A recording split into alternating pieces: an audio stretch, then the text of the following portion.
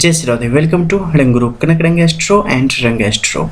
कोई भी लेडी अपने जीवन में कितनी सक्सेस होगी, उनके पास कितने पैसे होंगे, उनके पास कितना बैंक बैलेंस होगा, कितनी संपत्ति होगी, वो आत्मनिर्भर हो पाएंगी या नहीं हो पाएंगी, वो अपने जीवन में अपनी इच्छा अनुसार सब कुछ कर पाएंगी या नहीं कर पाएंगी, जो भी उनके सपने हैं उसे किस हद तक पूरी कर पाएंगी, इसके संबंध में अगर आपने जानना है तो ये वीडियो आपके लिए है।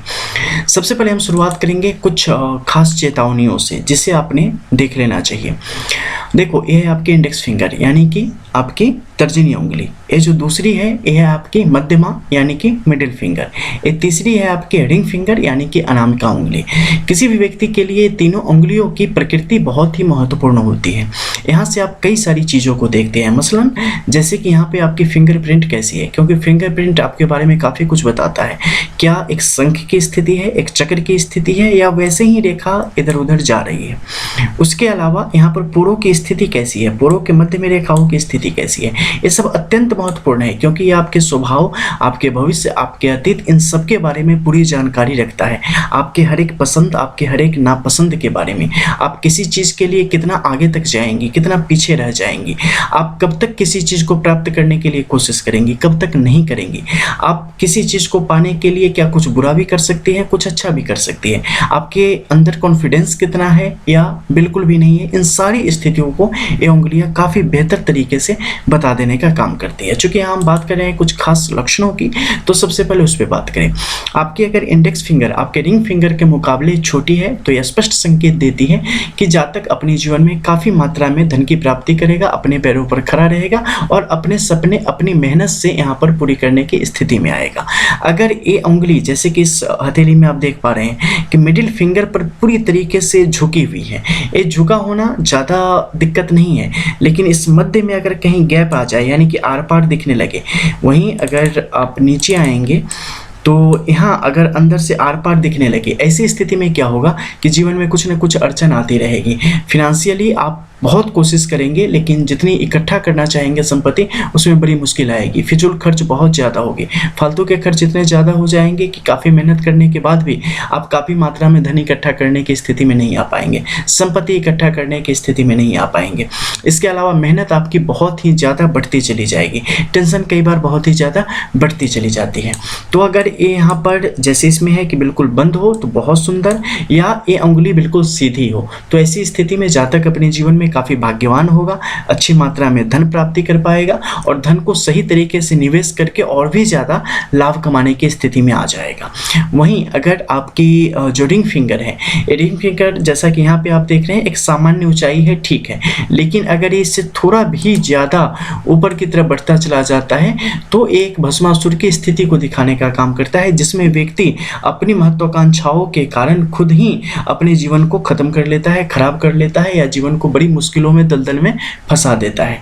तो आपकी ये उंगली छोटी हो, ये उंगली इससे बस 2 से 3 सूत बड़ी हो ऊपर, बहुत अच्छा, और आपका मिडिल फिंगर कभी भी आपके रिंग फिंगर के ऊपर न झुका हो। अगर ऐसी स्थिति बन गई है तो आप किस्मत वाली हैं। निश्चित तौर पे यहाँ पर आपको अपनी मेहनत की बदौलत जीवन में जो कुछ भी आप प्राप्त करना चाहती हैं आपको प्राप्त होगा।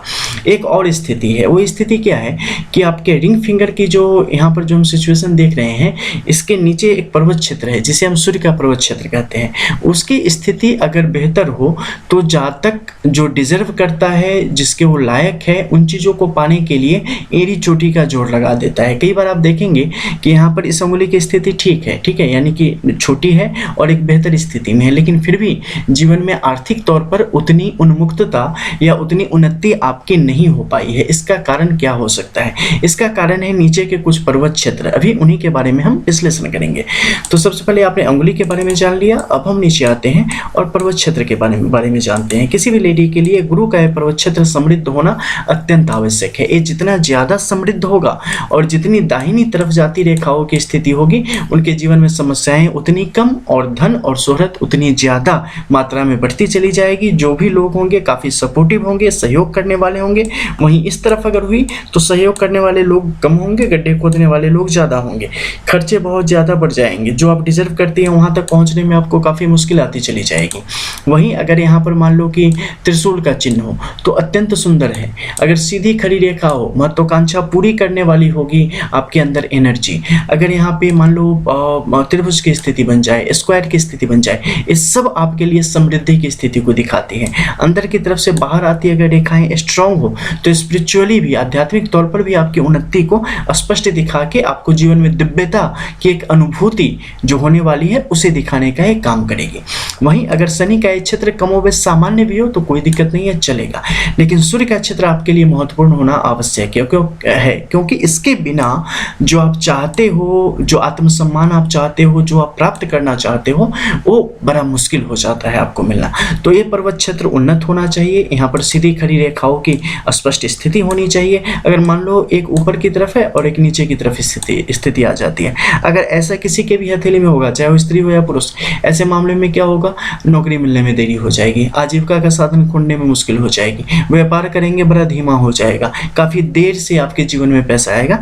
तो ऐसी स्थितियों को दिखाता है। तो यहाँ की स्थिति आपके लिए ठीक हो, शुभ चिन्ह से युक्त हो तो ये आपके लिए अत्यंत शुभ है, मान सम्मान बना रहेगा और पूरी ठसक के साथ आप अपने जीवन को आगे बढ़ाएंगे।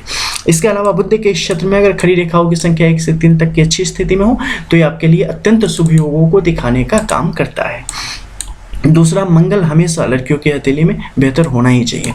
शुक्र जितना उन्नत होगा आपके लिए उतना अच्छा। अत्यंत उन्नत से एक नीचे वाला उन्नत आपके लिए बेहतर है। उससे ज़्यादा अगर हो जाए तो मुश्किल है, लेकिन एक सामान्य उभार यहाँ पर है और सीधी खड़ी रेखाओं की स्थिति आप में 1 से 5 तक की संख्या में है, बड़ा ही शुभ है। बड़ा सा क्रॉस अगर है पूरी पर्वत क्षेत्र को मिला के तो अत्यंत शुभ है। छोटे छोटे क्रॉस हैं तो बिल्कुल भी शुभ नहीं है। आड़ी तिरछी रेखाओं की स्थिति है तो कई सारे तनाव और मुश्किलों का सामना पैसों के कारण आपके जीवन में देखा जा सकता है। चंद्र के क्षेत्र पर सीधी खड़ी रेखा है, बहुत सारी यात्राओं, विदेश यात्राओं और वहाँ सेटल होने और वहाँ से धन लाभ और सुख की स्थितियों को आपके लिए दिखाने का काम करता है।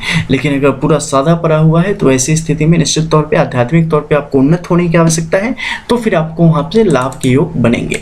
दूसरा है भाग्य रेखा। अगर भाग्य रेखा केतु के क्षेत्र से ऊपर की तरफ जा रही है आपके लिए अत्यंत शुभ है। राहु का क्षेत्र गड्ढेदार है यहाँ पे और उसकी राहु की अपनी स्वतंत्र एक अस्थायी रेखा यहाँ पर सीधी स्थिति में हो या त्रिभुज और त्रिशूल की स्थिति बने या स्क्वायर की, तो आपके लिए यहाँ पर अत्यंत शुभ योगों को दर्शाती है और जो दिखाती है कि जातक जीवटता के साथ अपने जीवन को जिएगा और काफ़ी बेहतर स्थिति की तरफ लेता हुआ चला जाएगा।